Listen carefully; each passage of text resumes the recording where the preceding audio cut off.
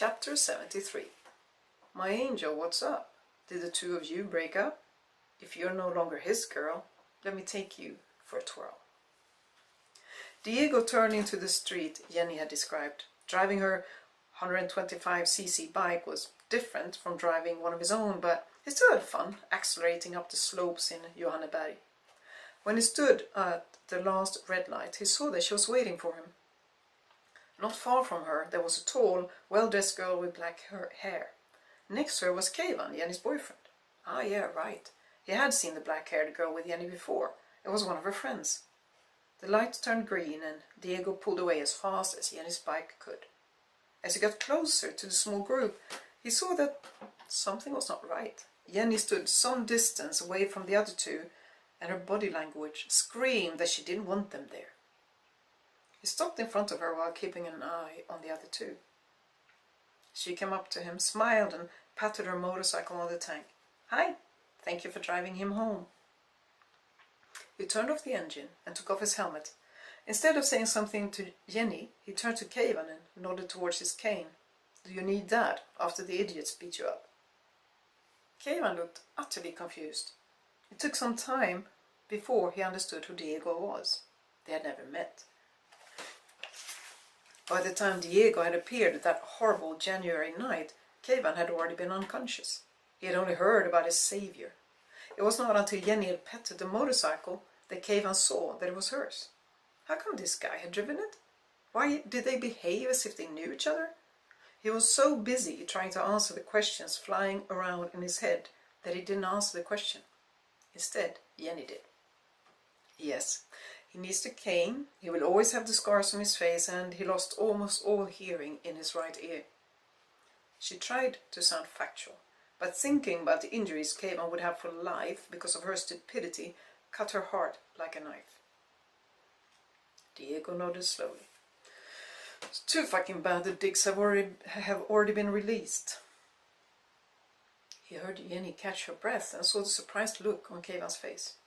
Are they all already out? It was the girl with dark hair who asked. The last came out last week. He looked at Keivan.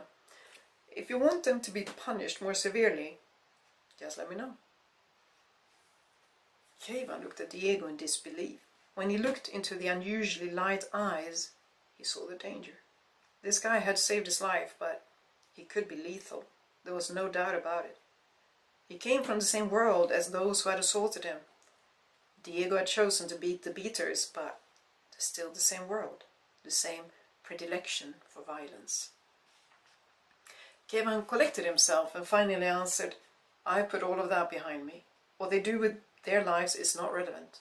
I don't believe in revenge. It only makes things worse. Out of the corner of his eye, he saw Agneta nodding. Diego, on the other hand, looked at him as if he were looking at an alien from outer space.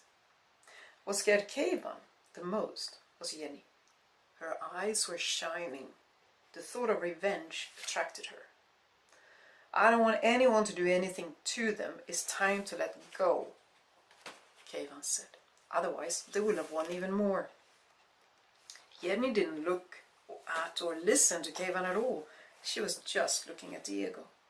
And only now did she realize that if he left her motorcycle here, he wouldn't be able to get back to his place. How are you going to get home? He grinned and moved back to the end of the saddle. You'll drive me to my Transalp, of course. He patted the saddle where she could sit. He's standing where yours was. She suddenly got nervous. Drive Diego? If she drove with him on the bike, he'd really see that she couldn't drive like him at all. He had probably guessed that, since he had found her in the ditch, but still. But I can't drive like you. She felt like an embarrassed little girl.